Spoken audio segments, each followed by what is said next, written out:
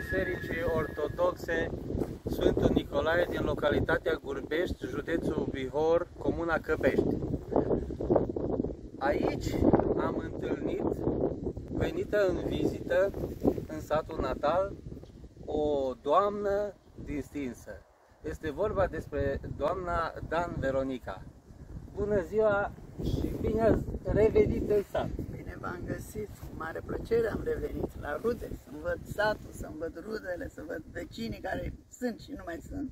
Ne bucurăm din suflet că am observat că în fiecare an reveniți în satul natal. Spuneți-ne, vă rugăm frumos, despre dumneavoastră, de unde ați plecat, despre părinți, frații dumneavoastră. Am plecat aici din sat la vârsta de 13 ani.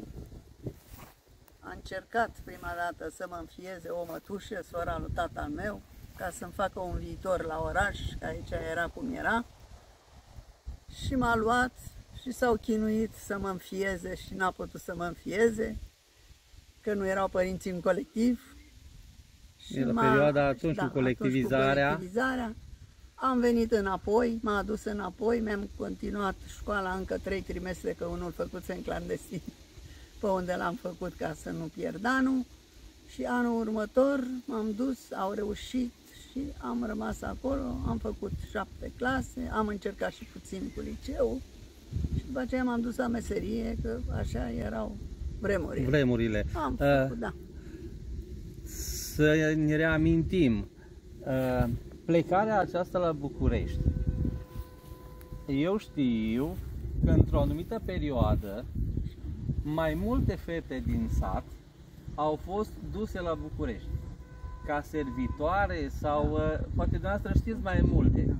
Cine erau aceste? Una dintre persoane era chiar mătușa mea, pe care a luat-o o verișoară, dar tata al ei, nu știu plecată exact, mai de mult. Plecată mai de mult, avea acolo un salon de coafiură și a luat mai multe fete de aici ca să le facă și lor un viitor, un rost. Să le dea un rost, exact.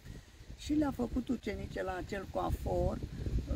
Era o doamnă Sanda, mă rog, una Lidia și mai era încă una, dar nu mai știu care în sfârșit. Erau vreo 4 ele. Au fost ucenice la coafor, au învățat meseria.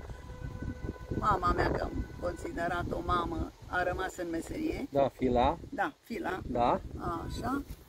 Manicuristă, pedicuristă, pe care am urmat-o și eu la rândul meu.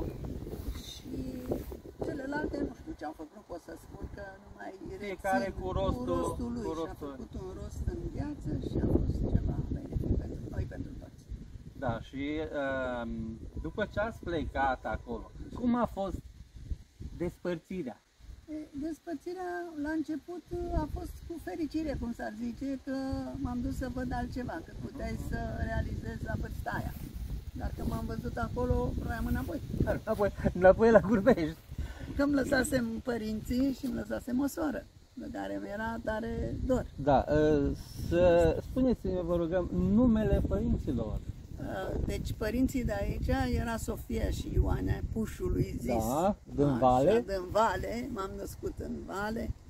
Acolo stăteam cu bunica și cu un văr al meu care a crescut cu noi acolo până la 7 ani, că s-a dus la școală, la bunica și la părinții mei. Și de acolo am pornit. Ei în fiecare an de Crăciun veneau la noi, ba unul, ba altul, cum venea și înainte să mă ducă pe mine, mergea tata Ioane, că noi așa îi spunem. Tata Ioanea se ducea la sora ei să-i ducă o bucățică de ceva de Crăciun, să nu uite că e printre străini. Și da. Cât a trăit și a putut să meargă, el în fiecare an de Crăciun mergea, iar noi la rândul nostru, sora, mama, ca nu mai zic, mama și tata, da, că așa le-am spus, veneam în fiecare an aici, în concedii. Știu, mama o chema Fila și Ion. Niște oameni excepționali. După ce v-ați dus acolo, deci ați făcut școala de meserii și ați lucrat la manicură, la un centru, în centrul orașului, unde, mă rog, era unul mai stilat așa, unde mai veneau și vipuri, cum să zice.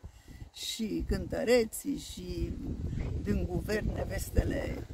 Apropo, spuneți-ne câteva nume. Păi venea Suzana Gâdea, Felicia Meleșcanu, nevasta, că nu mai știu cum o cheamă, de Pleșiță. Alu Pleșiță, da, Alu Pleșiță, da. Mai sunt mulți, dar acum am îmbătrânit și eu și am mai uitat. Dintre cântăreți? Păi dintre cântăreți era Maria Ciobanu, Irina Login, erau și de muzică ușoară, Mirabela Daur, tot așa nume, multe. Și după ce am plecat de acolo, s-a întâmplat, în 77 s-a dărâmat blocul cu tremurul. Da, spuneți-ne câteva vorbe despre momentul acela cu cutremurul. Erați la serviciu, am înțeles. Era într-o vineri după amiază, eram la servici, noi intram la ora 2, la 9 seara s-a întâmplat cutremurul. Să spun, acum să mă apucă când mă gândesc, am vrut să ieși, deci blocul a căzut, dar n-a căzut în timpul cutremurului. A căzut după ce s-a terminat. La câteva secunde. S-a răsturnat peste bulevard.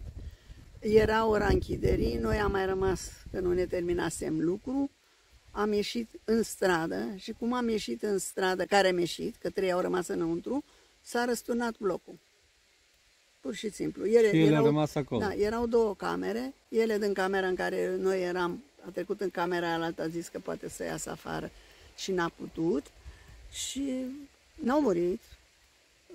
Au fost tăiate pe spate, pe mâini, că ele au pus prosoape și au pus prosoape în cap după calorifer, ce a apucat la mână să nu le cadă în cap și asta și le-a scos pompierii. Noi eram afară, știam cine am fost acolo, era o asta de pompieri lângă noi, au venit cu mașinile, cu farul și le-a scos pe la subsolul blocului, cu un gemuleț cumva. Aveam vitrina care nu era zidită, erau puse niște plăci din astea de faie de tablă era. Și a scos alea și le-a băgat pe acolo, s-au băgat ele, n-avea cine, și le-a scos pe un gemuleț.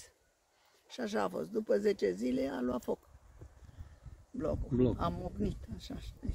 N-a prea scăpat nimeni. Da, de groază a fost. Am văzut o cadă cu cineva în cadă ținându-se așa.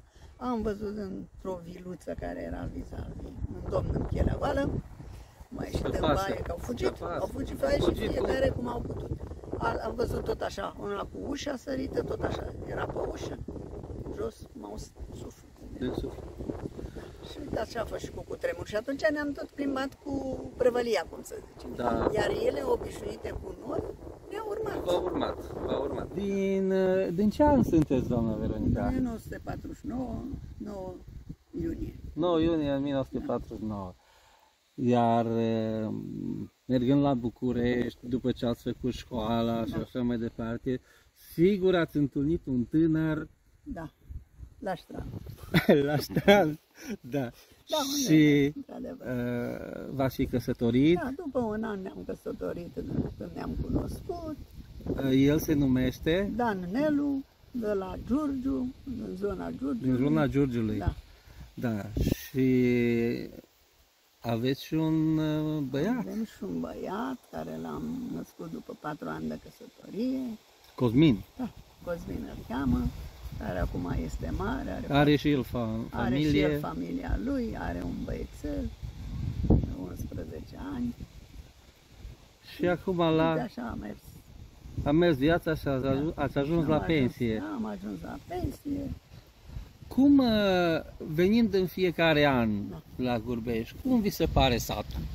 Satul mi se pare că a evoluat foarte mult. Foarte mult.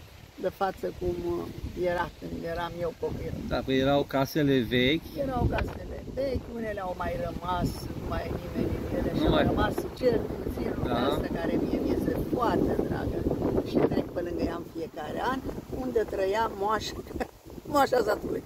Moașa satului. Da. Și casa încă există acolo, tot așa, cu tărnațul ei, cu vița de vie pe margine, mi-e tare dragă. Și am înțeles eu că aveți acum 50 de ani de căsătorie? Da, am făcut luna trecută, luna asta, în iulie, pe 10, 50 de ani de căsnicie. Felicitări! Frumoasă, cu sănătate, cu probleme, că au fost și probleme, dar probleme de sănătate a părinților, ca să le avem grijă, cum merge viața, mergem și noi. Exact. Cum e mers subiectul. Și am văzut că ați venit la biserică. Da, mi-e tare dragă bisericuța aceasta. E tare dragă. La toată lumea o povestesc cum e în bisericuța mea dragă. Și rămâne. Chiar dacă se face ceva, rămâne. O să fie și aia, sper.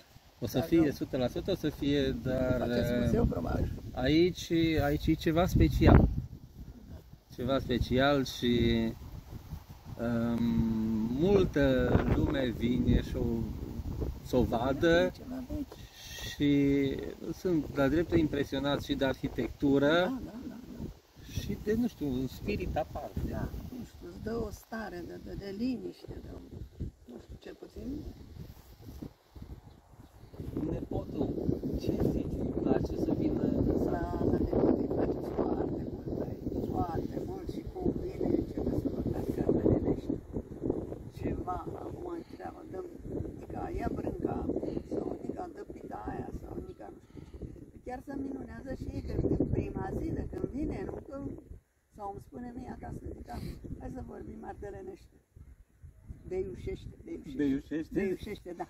Că bunicii lui sunt, ceilalți sunt olteni și mai apucă și spune cu accent și oltenesc, nu? Da, fusei sau nu știu ce și eu zic, bă, că stai mă, tu ce ești, ardelean sau și una așa.